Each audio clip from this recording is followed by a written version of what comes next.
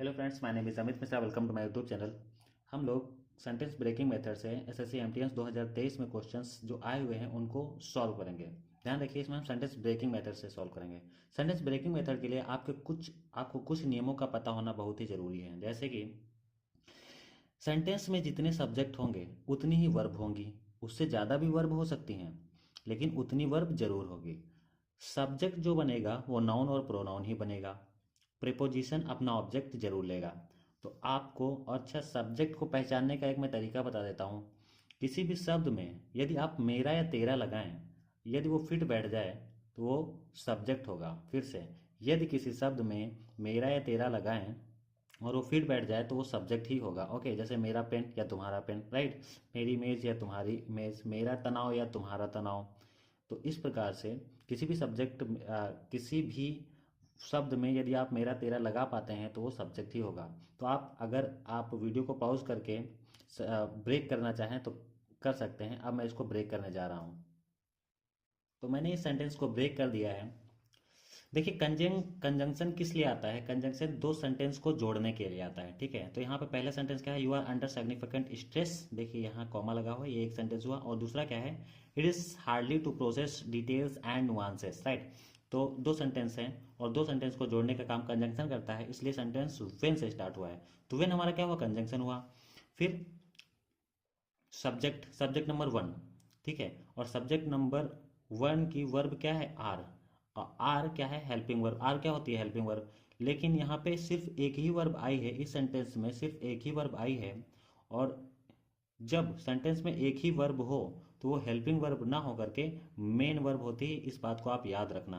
और जब helping verb main verb का काम करती है तो उसके बाद सब्जेक्ट कॉम्प्लीमेंट आता है। और सब्जेक्ट कॉम्प्लीमेंट एडजेक्टिव या एडजेक्टिव फ्रेज हो सकते हैं। ओके, तो यहाँ पे ये क्या है? सब्जेक्ट कॉम्प्लीमेंट है। और ये क्या है? एडजेक्टिव फ्रेज है। क्या है? इसको आप एडजेक्टिव फ्रेज बोलेंगे। तो when you are under significant stress, तो ये हमारा एक सेंटेंस कंप्लीट हुआ। दूसरा क्या है? Subject number two. Subject number two, okay. It is. अब यहाँ पे देखिए, दूसरी कोई वर्ब नहीं है तो इसलिए मेन वर्ब का काम करेगी। और मेन वर्ब के बाद क्या आता है? Subject complement. और सब्जेक्ट कॉम्प्लीमेंट मैंने अभी बताया क्या होता है? एडजेक्टिव होता है।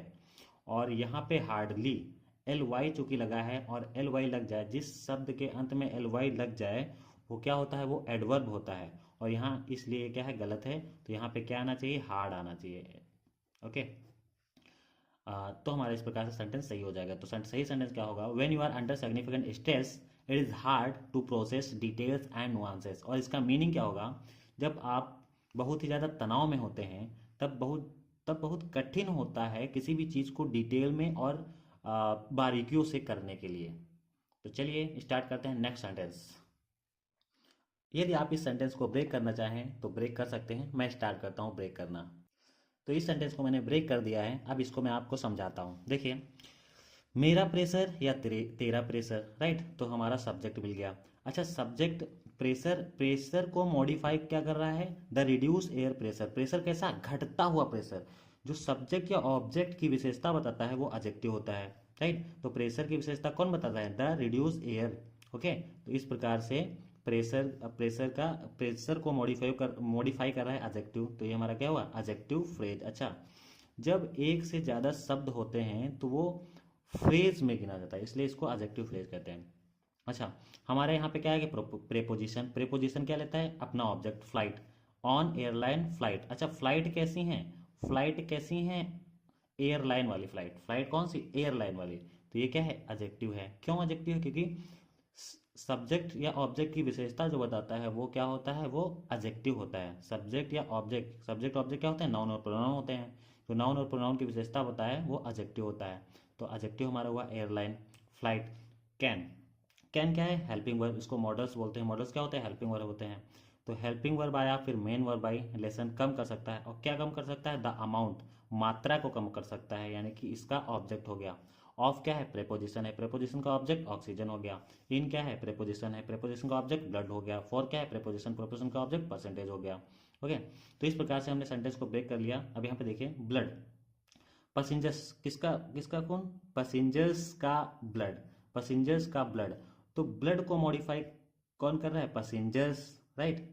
तो ये क्या है, एडजेक्टिव, क्योंकि सब्जेक्ट और ऑब्जेक्ट को जो मॉडिफाई करता है वो क्या होता है, वो एडजेक्टिव होता है। यहाँ भी देखिए, परसेंट, कितना परसेंट, 10% नहीं, 5% नहीं, 25%। ओके, तो परसेंट को मॉडिफाई कौन कर रहा है, ये 25, यानी कि ये एडजेक्टिव है। अर्थात सब्जेक्ट या ऑब्जेक्ट को जो मॉडिफाई करता है वो एडजेक्टिव होता है, इस बात को आप याद रखिएगा।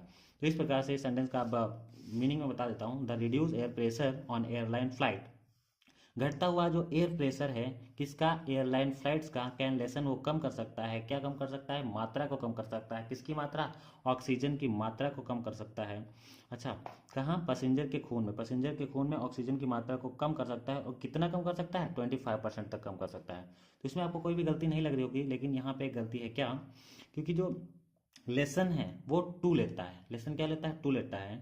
तो यहाँ पे जो इन लगा है वो इन नहीं होगा, यहाँ पे टू होगा। तो सही सेंटेंस क्या होगा, the reduce air pressure on airline flights can lessen the amount of oxygen to passengers blood for 25%। तो ये हमारा सही सेंटेंस होगा। तो मिलते हैं नेक्स्ट वीडियो में। Thanks for watching this video.